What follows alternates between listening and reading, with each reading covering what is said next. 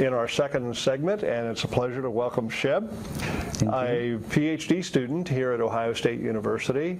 His native land is Bangladesh, and so he's really a long way from home, but Shib is working with us on his PhD program. So how long have you actually been in America so far? So I am here like almost 2 years. And you studied coursework on campus? Yes. In Columbus? Yeah.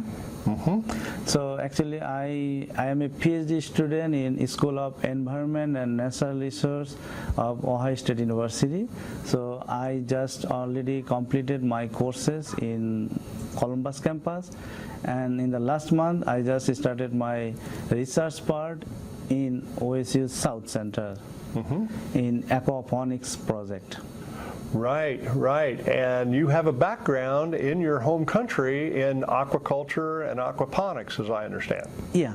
So actually, frankly speaking, I have a background in production of aquaculture and in recirculatory system and also in pond. But people are interested about doing aquaponics. So I do not have any experience in aquaponics.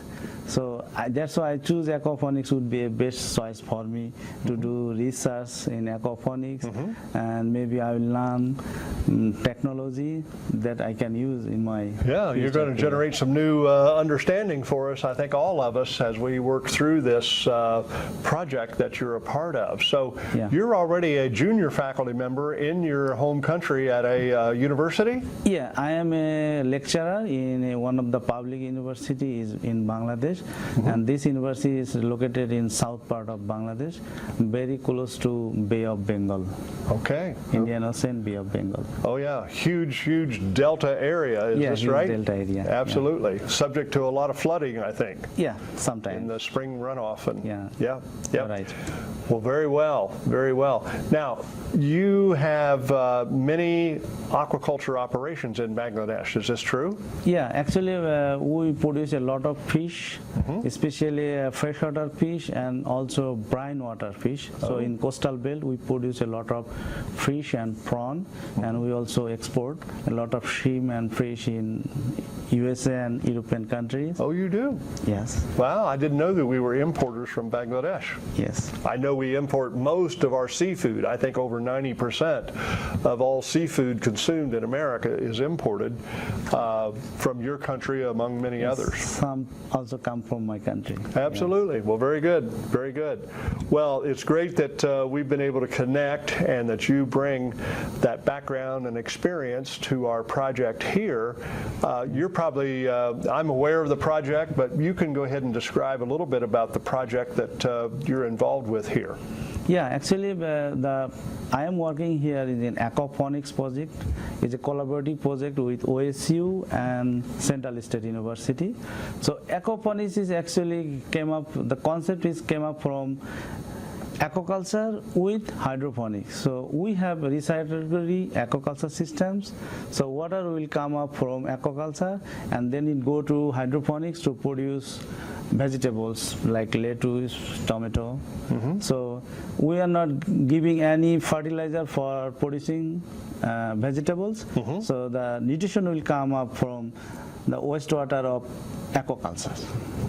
So it's kind of totally organic system. Yeah, and it's an integrated system that the only input, external input into the system is the fish food. Only fish food. For the fish. For the fish. And then the crop, vegetables primarily. I think that we're working mainly with lettuce varieties at this point, is totally dependent on the waste from the fish to enrich the water with the nutrients required for crop production. Yes. And so when all the conditions are right, and I think this is the key and why Shib is doing important work, is to figure out what are the optimal conditions. You can grow beautiful crops of lettuce and which make a very tasty salad. We have been privileged to experience some of that here from the crop at the center, and I think this is the big advantage, not just the environmental side, but it's a very desirable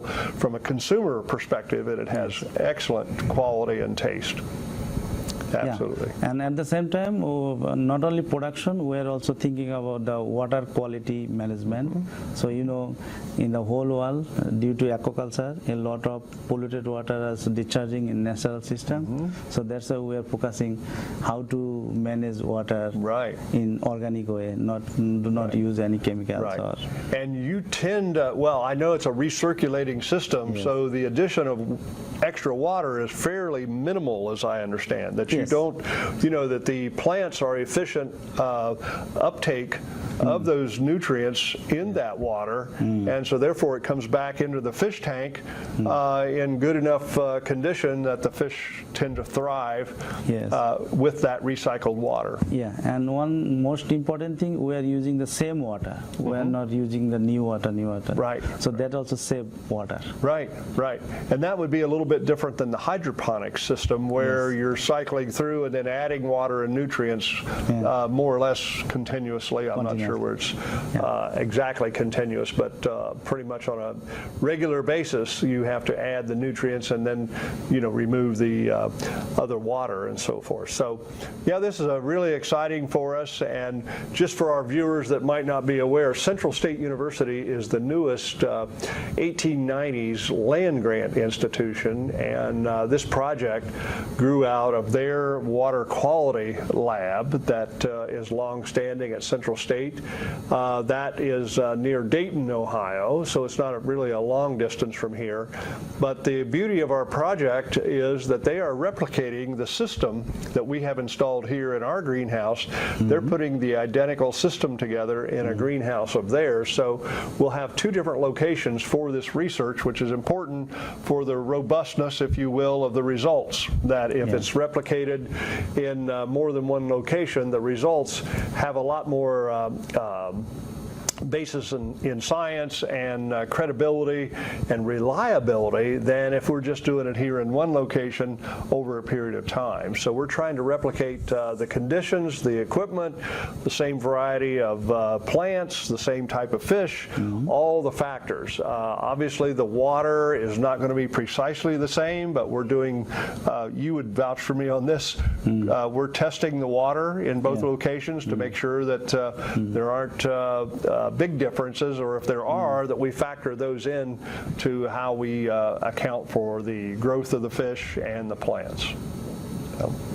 Now, one thing about aquaponics, Shib, that you can help me with, my understanding is that really an aquaponics system is way more about the plant production in terms of a marketability and a revenue generator. You're going to have lots more of this organic lettuce to produce, and I may have misnomered on the organic. Can it be called organic or not?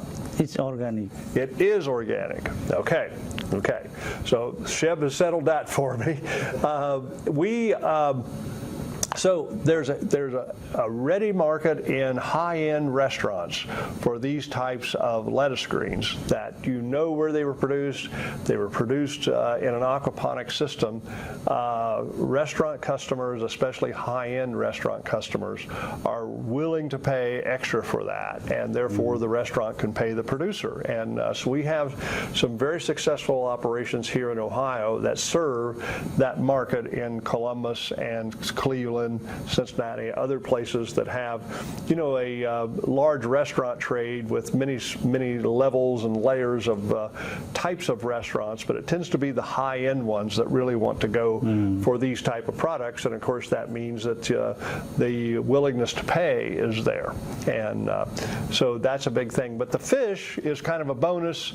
After a certain length of time, the fish reach marketable size, and you have some fish to market as well. Yeah, and in that sense, I just want to add you that aquaponics is very suitable in urban agriculture. Good point. As you know, urbanization is increasing, so most people are living in city, not in rural area. Right. But even living in the city, you can do some aquaponics, like a small scale in your backyard. Right. So you will have organic vegetables and with some fish also. Okay. Well, I think that that's part of the beauty. We've had groups of people here in what we've called boot camp, and many of them have come in who have these very kinds of systems out in their garage, maybe some in their basement, some on porches, backyard. Here in Ohio, our winters would be different than Bangladesh. We have winter. I don't think you have very much winter to deal with, so you might be able to do it out in the open and just maybe cover the fish with a net and so forth to keep them in, or shade them, as the case might be, to kind of control water temperature. But here it's important that it be in an indoor situation and to maintain production through the winter. So one question that often comes up is, how long does it take to grow a lettuce crop in an aquaponic system? So it will not take a long time, like within 4 to 5 weeks you will get a harvest of aquaponics. But for fish you need more time, like more than 6 months to produce fish. Yeah, so those same fish can produce many crops, of vegetables, but again, that comes back to the quantity that you have available. And in an ideal world, you get set up, if you're doing this commercially, that you have fresh cuttings every week at least, if not twice a week, because again, if somebody's going to pay top dollar at a high-end restaurant for a beautiful salad, it has to be fresh, and that means it was just clipped and back on the plate within a day or 24 hours. I'm not sure of the exact time frame, but I don't think that lettuce is anything that stores for very long periods of time, and so you need to be able to deliver fresh product on a consistent basis is one of the keys to developing that market.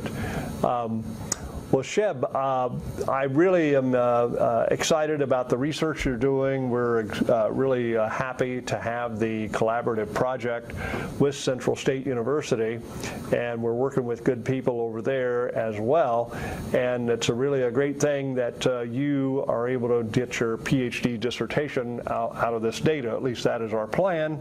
And I think with the start you have made, you will see it all the way through to the very end. So I think we have 2 more years at least on the project. Yeah. Yes. It will take 2 more. 2 more years. Yeah. And in many ways, we're still in the kind of the ramping up stage, getting things synchronized. And even though we've had our system in place now for over 6 months, and we've grown some lettuce, but again, we're still in very much in the discovery phase of all those variables, because it does make a difference as to how bright the sun shines and what temperature it is in the greenhouse, and how crops are managed. And so it takes a lot of fine-tuning to make that work. And so we're excited. Your plan would be, at the end of your PhD, would be to return to your home country of Bangladesh. Yeah. And you'll be eligible for a faculty track role at that point. Yeah. This is great. So still I am just holding my job, so still I have the position. Oh, right. So I can rejoin after having PhD as the assistant professor. Right. Okay. Well, we have nothing but good expectations of your program here with us. And Jackie, that was on in the first segment, just to refer back a minute, he's here for a very short time, and in order to get geared up to drive in America, that's not possible. But with Shib, I happen to know and have confirmed that he's able to have his own car and to make the trip from main campus, where he still resides, here to Southern Ohio on a regular basis, and that's a really big advantage. And one of the freedoms and one of the privileges, one of the opportunities as Americans, we have a lot of flexibility in where we go and how fast we get there, and many options, given that we have such a road system and the freedom to travel roads and take us to wherever it is that we want to go. So I'm sure you're going to get to see more than Ohio while you are here, and want to wish you well, and thank you for your time here on the South Centers Chat today. Thank you very much. Thank you, everybody. We'll see you next time on South Centers Chat. Thanks for watching.